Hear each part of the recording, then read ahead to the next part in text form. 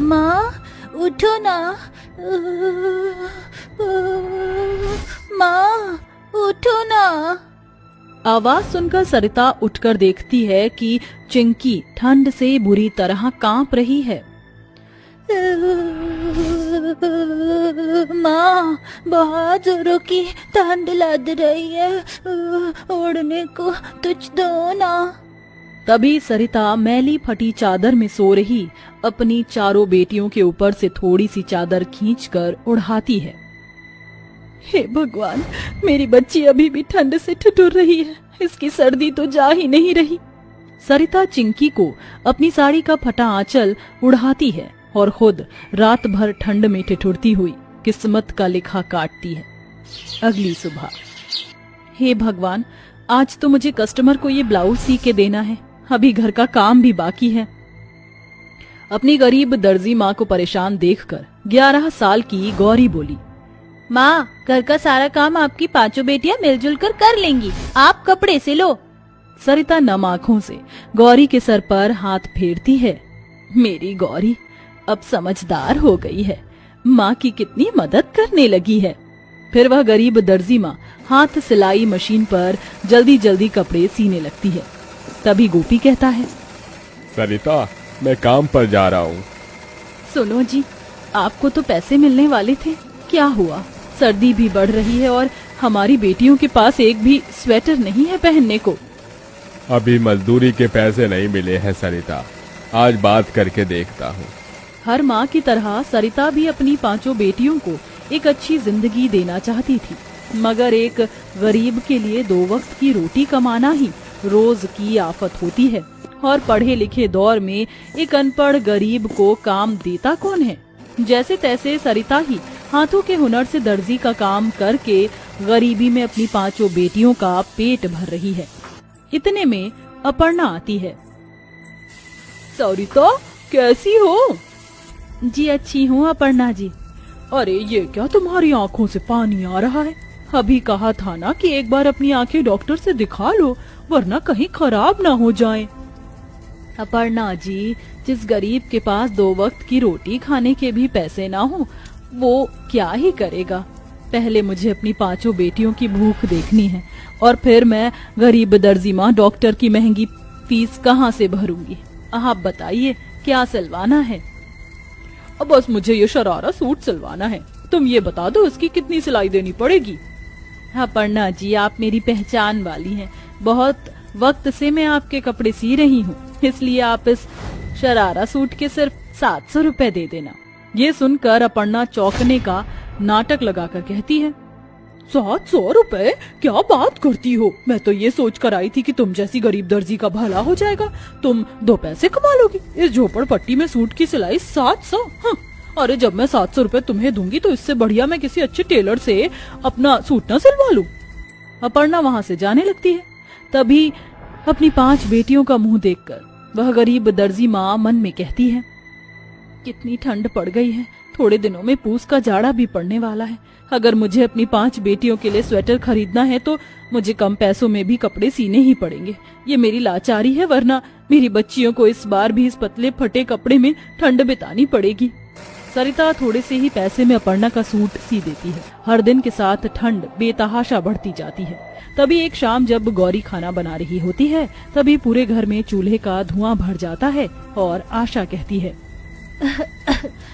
गौरी दीदी, आज इतना धुआं क्यों हो रहा है? आशा, ये तेरी ही गलती का नतीजा है। मैंने तुझे कहा था ना कि आज की लकड़ी आंगन में मत रख कर छोड़ना। सारी लकड़ी सर्दी के ओस से भीगकर गीली हो गई है। चिंकी, पिंकी, आशा, नीतू, तुम चारों थोड़ी देर के लिए बाहर जाकर बैठ जाओ। चारों बहनें बाहर आती हैं। तभी उनकी पड़ोस के अमीर घर में रहने वाली छोटी बच्ची परी आकर उन्हें अपना स्वेटर दिखाती है। अरे वाह पली, तुम्हारा छतर तो बहुत सुंदर है। ये स्वेटर मेरी मम्मी ने मुझे दिलाया है। ये बहुत गर्म है और मुलायम भी। तुम्हें पता है इसे पहनकर बिल्कुल भी ठंड नहीं लगती। परी, क्या एक बार मैं भी तुम्हारा स्वेटर छूकर देख लूं? पिंकी जैसे ही परी के पास आती है, वह ये कहते हुए उसे धक्का देती है। नहीं, तुम मेरा स्वेटर मत छूना। तुम गरीब हो, तुम्हारी छूने से मेरा महंगा स्वेटर गंदा हो जाएगा। माँ! रो मत पिंकी चिंकी, अंदर चलो। पिंकी, तू रो क्यों रही है बेटी? तभी आशा गुस्से में बोलती है, माँ, आखिर तुम अपनी पांचों बेटियों को स्वेटर कब दिलाओगी? जब ठंड बीत जाएगी तब, या फिर जब हम सभी ठंड से मर जाएंगे तब? अपनी बेटी के कोसने पर उस गरीब दर्जी माँ की आंखों से झरझर आंसू गिरने लगते हैं। इतने में गोपी बोरा लिए घर आता है। अजी, आज तो आपको पैसे मिलने वाले थे, क्या हुआ? इतना सारा बोरा क्यों लाए हैं?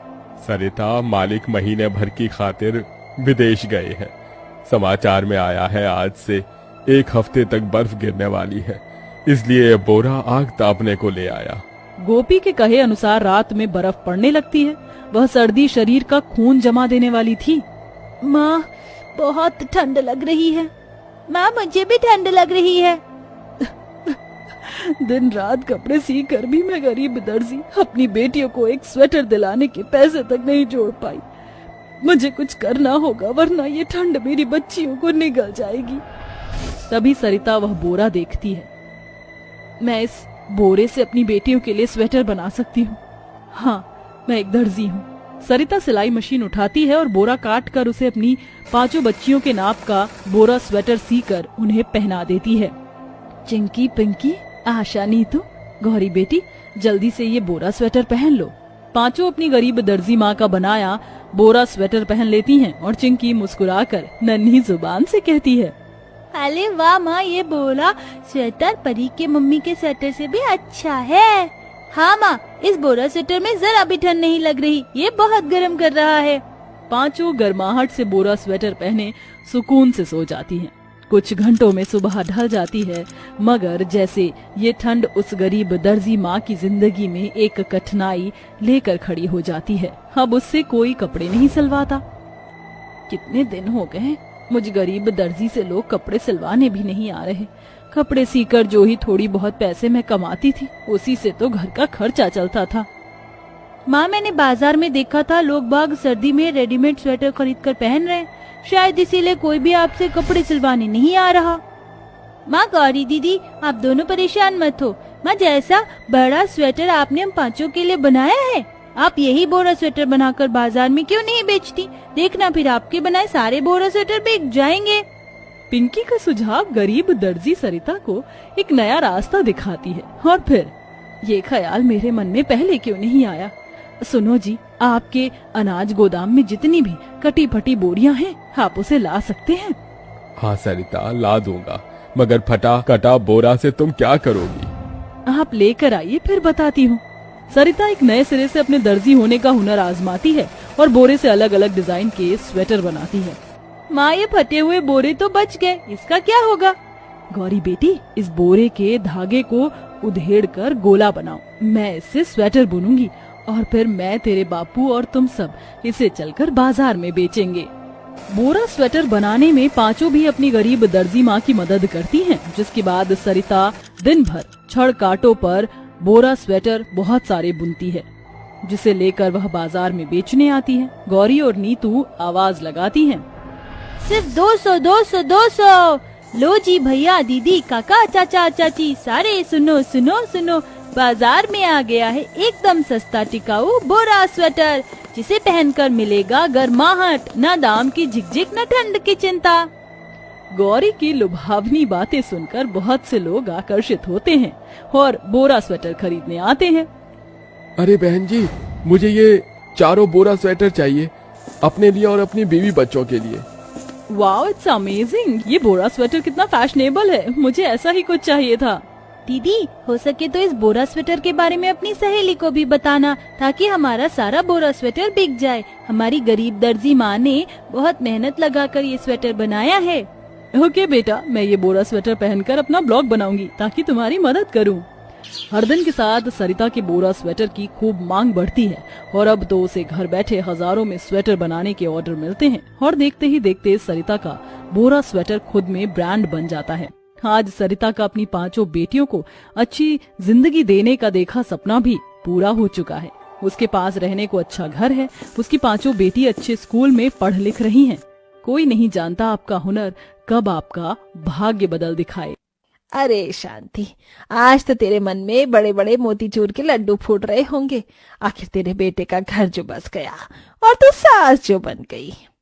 हाँ कमला, आज मैं बहुत खुश हूँ। मेरे भी घर आंगन में बहू आ गई। सर्व मंगल मांगल्ये शिवे सर्वार्थ साधिके शरण्ये त्र्यंबक गौरी नारायणी नमस्तुते। शादी संपन्न हुई। ये सुनकर फुलवा शादी के मंडप से अपने पति का गठबंधन खींचती हुई आशीर्वाद लेने अपनी सास के पास चली आती है। अरे ओ गेंदा चमेली फूलमती, क्या नाम है इसका? फुलवा रुक जाओ। अरे सजनवा, रुक जाएंगे तो अम्मा जी का आशीर्वाद कैसन लेंगे? पता नहीं माँ ने किस गंवार के पल्ले बांध दिया। प्रणाम करत है अम्मा जी। फुलवा अपनी सास के पैरों को जोर से पकड़ लेती है और उसकी गवारपंती देखकर बारात में आए लोग मुंह दबाकर हंसते हैं। अरे जीती रहे बहू। अरे अम्मा जी, हमारा नाम फुलवा है, इसका मतलब ये नहीं कि आप हमको फूल की तरह माने। अरे अच्छे से पीठ ठोक दे, आशीर्वाद दीजिए।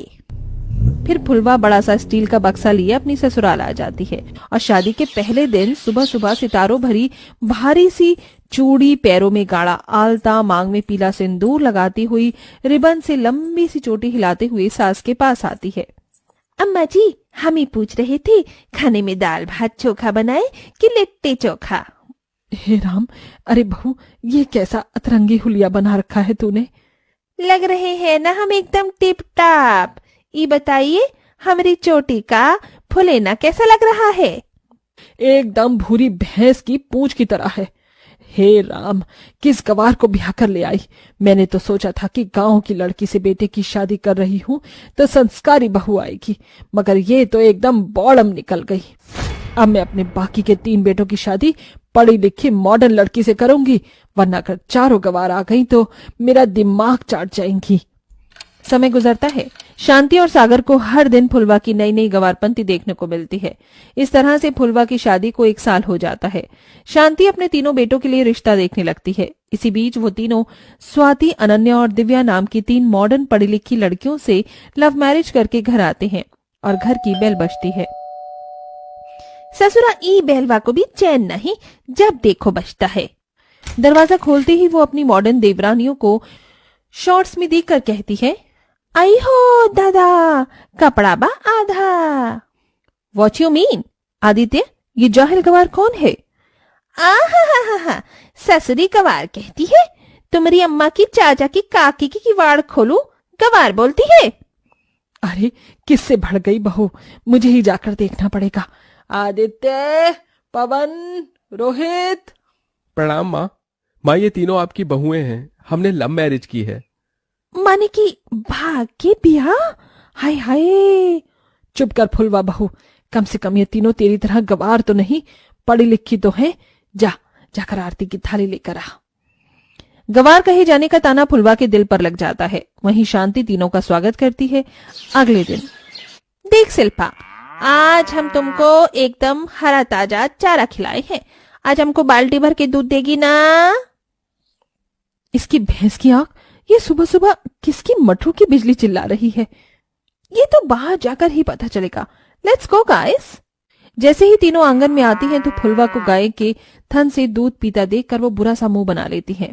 यक! ये होती है गवारपंथी। हमें तो लगा था कि तुम बस शक्ल सूरत से देखने में ही गवार हो, but seriously you are such a boredom. फिर अंग्रेजी झड़ने लगी।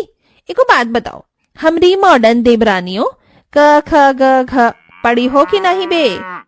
और यू जस्ट शट अप, जाहिल गवार कहीं की। उनकी बातों की परवाह न करते हुए फुलवा अपने आप में गुनगुनाती हुई गाय के गोबर को हाथों से उठाकर उपले बनाने लगती है। जब लगावे लुतु लिपस्टिक, हीलेला आरा डिस्ट्रिक्ट, जिला टाप लागेलु, कमरिया आहा, कमरिया ओहो, कमरिया करेला पालप, लाली पाप लागेलु। इसी तरह से चारों देवरानी जेठानी के बीच मॉडर्न और गवारपंथी को लेकर हर दिन नोकझोंक होती रहती। फिर एक दिन जब हाई हील्स की सैंडल पहनकर आंगन में डांस वो कर रही होती है, तभी उसकी सैंडल टूट जाती है और वो गिर जाती है, जिसके कारण उसका हाथ सूज जाता है। आउच! अनन्या, दिव्या, मुझे बहुत दर्द हो रहा है। ए देवरानी जी, ये हल्दी चूना है, देसी इलाज। इसे लगा के कल भोर तक तुम्हारा हाथ एकदम टनाटन हो जाएगा। पिसा हुआ हल्दी चूना फुलवा स्वाति के हाथ पर लगा देती है। अगली सुबह स्वाति ठीक हो जाती है। अनन्या, दिव्या, भले हमारी जेठानी जी थोड़ी गंवार हैं, मगर दिल की बुरी नहीं। She is nice person. तुम ठीक कह रही हो स्वाति। अब वो तीनों अपनी गंवार जेठानी की तरह मिलजुल कर रहने लगती हैं। फिर एक दिन, अनन्या, स्वाति, तुम दोनों को नहीं लगता कि हमें जेठानी जी का लुक चेंज करना चाहिए? दिव्या, मैं भी यही सोच रही थी। जेठानी जी वैसे तो परफेक्ट बहू हैं, मगर उनका रूप बदलने के बाद वो मॉडर्न और सुंदर हो जाएंगी। फिर तीनों मॉडर्न देवरानियों से कहती हैं, जेठानी जी, सोचिए अगर हम तीनों मिलकर आपका रूप बदल दें। का मतलब? मतलब ये कि अगर हम आपको हम तीनों की तरह ही मॉडर्न बना दे तो? अरे नहीं, हम ठीक हैं। अच्छा, सागर जी आ गए, हम उनको खाना लगाने जा रहे हैं। तभी फुलवा खाना लगाती है। ये लीजिए खाना। सुनिए, परसों आपकी छुट्टी है ना, कहीं घूमने चले? ने अपनी शक्ल देखी है, एकदम बॉर्डम लगती हो, इसलिए मुझे तुम जैसी जाहिल गवार के साथ बाहर जाकर अपनी बेइज्जती नहीं करवानी। ये गवार रूप लेके अपना दफा हो जाओ यहाँ से। अपने पति के हाथों इस तरह से गवार कहकर ठुकराए जाने के चलते बेचारी फुलवा अपनी आंखों में आंसू भरे आंगन में आकर अकेले में फूट फूट कर रोती है। उसकी तीनों देवरानियां उसे देखकर कहती हैं, जेठानी जी के लिए दिल से बुरा लग रहा है। अगर हम तीनों देवरानियों को इनकी जिंदगी में खुशियां लानी है तो हमें अपनी जेठानी का रूप बदलना ही होगा। हाँ, मगर हमें अपनी जेठानी का रूप धीरे धीरे बदलना होगा। अगली सुबह फुलवा नहाने के लिए बाथरूम में जाती है। तभी दिव्या उसकी साड़ी जो पहनने वाली होती है उसे भिगा देती है। हे भगवान, हमारी साड़ी कैसे भीग गई, अब क्या पहने? क्या हुआ जेठानी जी, सब ठीक है? नहीं, हमारी साड़ी एकदम गीली है। कोई बात नहीं जेठानी जी, आज के लिए आप मेरी साड़ी पहन लीजिए। ये बोलकर दिव्या एक हल्की बॉर्डर की सुंदर सी साड़ी अपनी गवार जेठानी को देती है, जिसे पहनकर फुलवा शीशे के आगे आती है और जैसे ही कुमकुम की बड़ी सी बिंदी लगाने लगती है तभी दिव्या बोलती है, जेठानी जी, ये बिंदी लगाइए ना, एकदम इस साड़ी के साथ एकदम मैचिंग हो रही है। अपनी मॉडर्न देवरानी के कहने पर फुलवा बड़ी सी बिंदी छोड़कर वो छोटी सी खूबसूरत बिंदी लगाती है। हल्के बॉर्डर की साड़ी और छोटी सी बिंदी में उसे देखकर सागर पहली बार उससे प्यार से बात करता है। फुलवा जी, क्या हुआ? आपको कछु चाहिए का? नहीं, मैं वो कह रहा था, आज तुम अच्छी लग रही हो। पहली बार अपने पति के मुंह से अपनी तारीफ सुनकर फुलवा की आंखों में खुशी के आंसू आ जाते हैं। अगले दिन फुलवा देवरानी से उसके हल्के बॉर्डर की साड़ी मांगती है। इस पर दिव्या कहती है, देखा जेठानी जी, आपने जरा सा रूप बदला तो जेठ जी आपके साथ घुलने लगे। बस एक बार अपने तीनों मॉडर्न देवरानियों पर भरोसा कीजिए और हमें आपके रूप को बदलने दीजिए। फिर देखना, आपकी जिंदगी में खुशियां होंगी और जेठ जी आप पर ध्यान देंगे। ये सुनकर फुलवा अपने रूप को बदलने के लिए तैयार हो जाती है और उसकी तीनों मॉडर्न देवरानियां उसे सजाती हैं। जहां दिव्या उसे बहुत ही सुंदर बॉर्डर की साड़ी मॉडर्न तरीके से पहनाती है, वहीं अनन्या उसके बाल बनाती है। जेठानी जी, इतने सुंदर बालों को आपने चोटी में छुपा रखा था। अब देखिए, आपकी देवरानी आपका वो रूप सजाएंगी कि जेठ जी देखते ही रह जाएंगे। ये बोलकर अनन्या अपनी गवार जेठानी के बाल बनाती है, तो वहीं स्वाति उसका सुंदर सा मेकअप करती है और उसकी चमकीली पीली चूड़ियां उतारकर मैट की फैशनेबल चूड़ी पहनाती है, जिसके बाद देखते ही देखते फुलवा एकदम मॉडर्न दिखने लगती है। जेठानी जी, एक बार अपना बदला हुआ रूप आईने में तो देख लीजिए। अपना बदला रूप देखकर फुलवा बहुत खुश होती है। ये मैं हूँ क्या? मैं इतनी सुंदर लग सकती हूँ देवरानी जी? हाँ जेठानी जी, क्योंकि आपको सुंदर दिखने का हक है। जेठानी जी, जिंदगी सिर्फ एक बार मिलती है, दोबारा नहीं, इसे जी भर कर जी लीजिए। शुक्रिया देवरानी जी, तुम तीनों ने सिर्फ आज अपने इस जाहिल गवार जेठानी को मॉडर्न नहीं बनाया, बल्कि ये बदला हुआ रूप देखकर मुझे मेरी नजरों से अलग देखने का नजरिया भी दिया है। फुलवा का बदला रूप देखकर सागर के कदम उसकी तरफ बढ़ने लगते हैं और उसे अपने हिस्से का वो प्यार मिलता है जिसके लिए हर बार वो तरसती थी। और ये सब किया तो उसकी मॉडर्न देवरानियों ने।